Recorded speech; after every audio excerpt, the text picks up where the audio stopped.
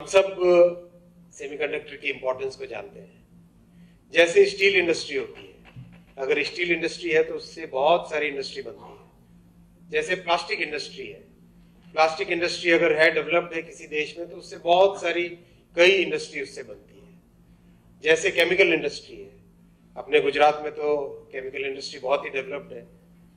तो chemical industry अगर होती है तो उससे बहुत सारी इंडस्ट्री उससे उस पर डिपेंडेंट रहती है, रॉ मटेरियल रहती है और कई सारी इंडस्ट्री उससे डेवलप होती है। वैसा ही रोल आज सेमीकंडक्टर का हो गया है। ये आज से 50 वर्ष पहले नहीं था, 30 वर्ष पहले नहीं था। 30 वर्ष पहले ये था कि हाँ, जब सेमीकंडक्टर की जहां जरूरत पड़े वहां लो, बाकी mechanical, electrical circuit, electronic circuit बनते थे। अब दुनिया की कोई ऐसी बड़ी चीज नहीं है जो बिना सेमीकंडक्टर के मैन्युफैक्चर हो सके। चाहे आपके सबके पास है जो मोबाइल फोन, इसमें कई 100 चिप्स लग जाती है, या फिर आपकी कार जिसमें 1000 से ऊपर चिप लगती है। घर में टीवी है, टीवी में चिप्स लगती है। ये आप इलेक्ट्रिसिटी लाइट देख रहे हो, प्रोजेक्टर देख रहे हो, इसमें चिप्स लगती है। एक एक ट्रेन में तो 10-10 हजार, 15-15 हजार, 20-20 हजार चिप्स लगती हैं। एरोप्लेन में कितने हजारों चिप्स लगती है। कोई भी प्रोडक्ट उठा के देख लो, आज हर प्रोडक्ट में सेमीकंडक्टर की तो जरूरत है ही है। यहाँ पे हमारे इलेक्ट्रॉनिक्स के गुरु बैठे हैं, जो सेलफोन मैन्युफैक्चरिंग एसोसिएशन के प्रेसिडेंट है, Mahendra ji. Mobile phone industry semiconductor mobile phone industry के लिए एक बेसिक रॉ मटेरियल बन गया है। आज हम हिंदुस्तान में करीब करीब 3 लाख करोड़ के चिप्स, सेमीकंडक्टर्स इंपोर्ट करते हैं। उस 3 लाख करोड़ में से करीब करीब 1 लाख करोड़ है मेमोरी प्रोडक्ट्स, जो माइक्रोन बनाते हैं। माइक्रोन है, 2-3 और बड़ी कंपनीज है। माइक्रोन वर्ल्ड के टॉप लीडर्स में से काउंट होता है।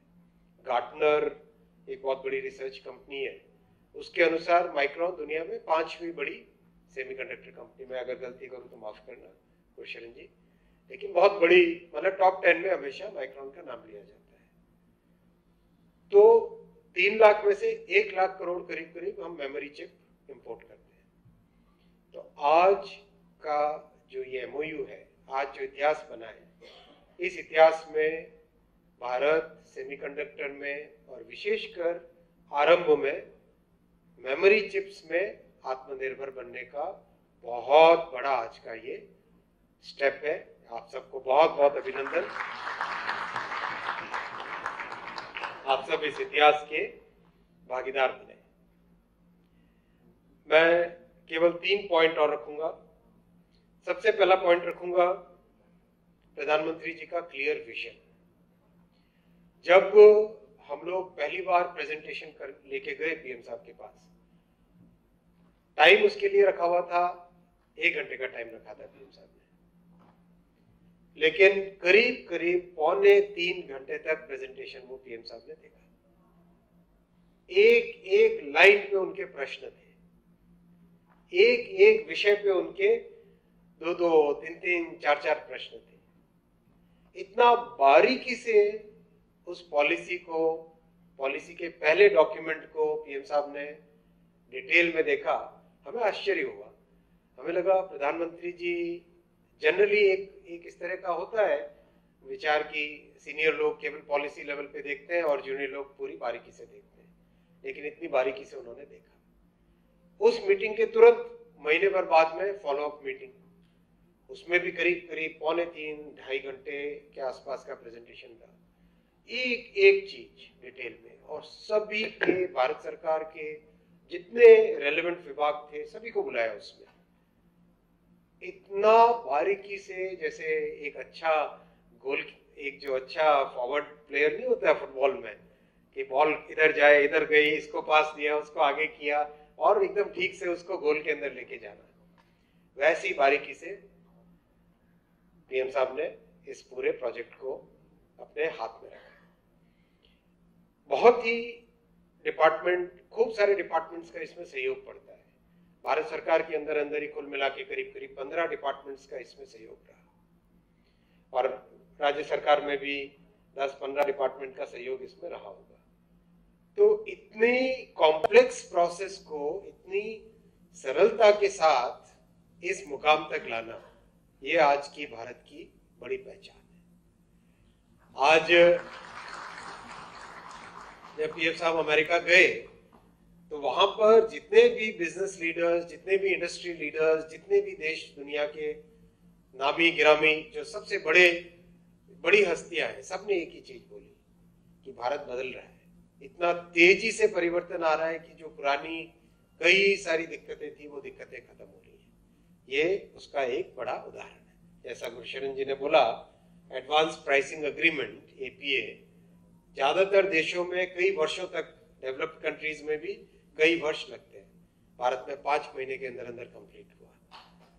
ये बड़ा उदाहरण है किस तरह से पीएम साहब एक विजन के साथ, एक क्लैरिटी के साथ देश को आगे लेके जा रहे हैं।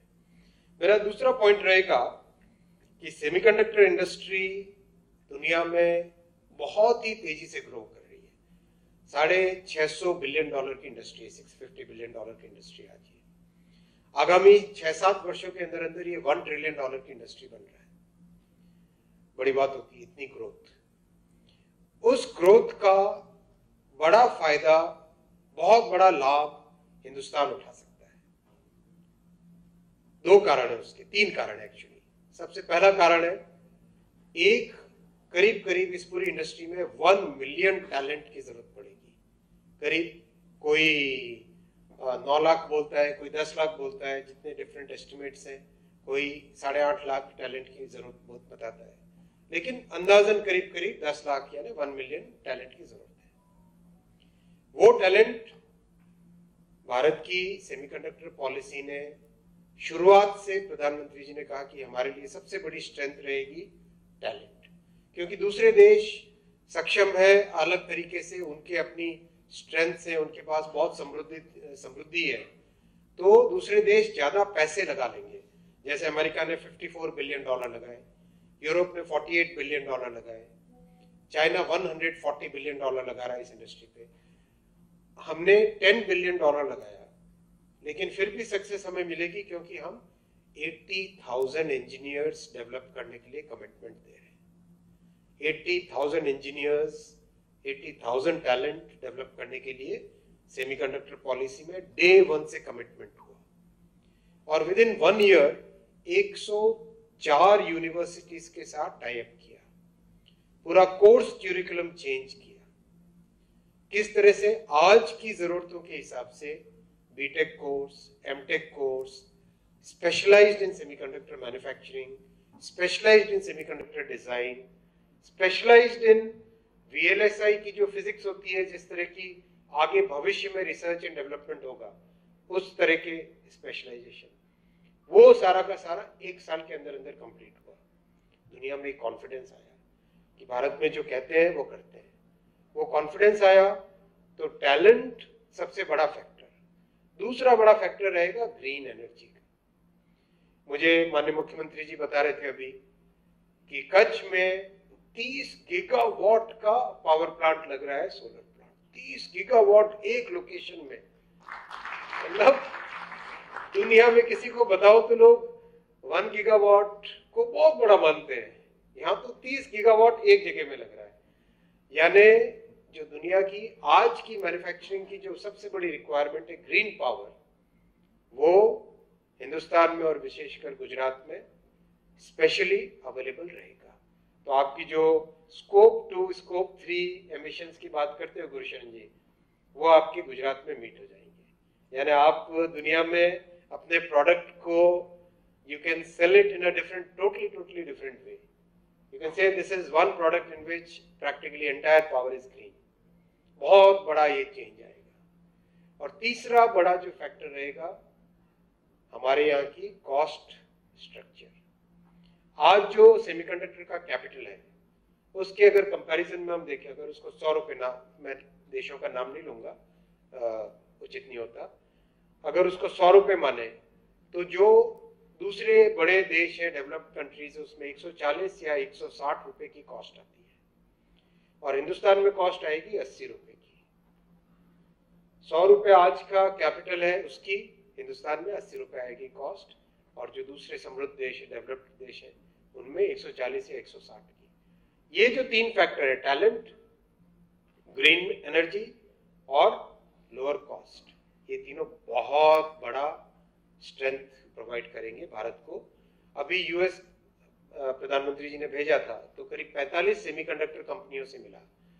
सब ने यह एक भाषा में कहा, एक ही स्वर में कहा, India is going to become the next big semiconductor manufacturing hub, and there is no doubt in it. तो ये आज उसका पहला कदम है। मैं तीसरे पॉइंट में विशेष धन्यवाद देना चाहूंगा उन सब टीम मेंबर्स को जिनके नाम आज यहाँ अगर हम नहीं लें तो बहुत बड़ी कमी रह जाएगी।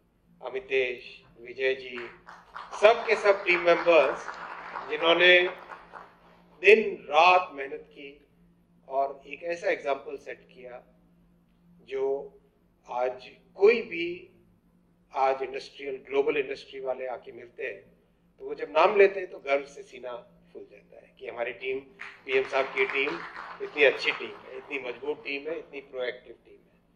तो ये माननीय प्रधानमंत्री जी ने देश के गवर्नेंस में बड़ा चेंज किया है कि आज हमारे ब्यूरोक्रेट्स जो कि जिनको हमेशा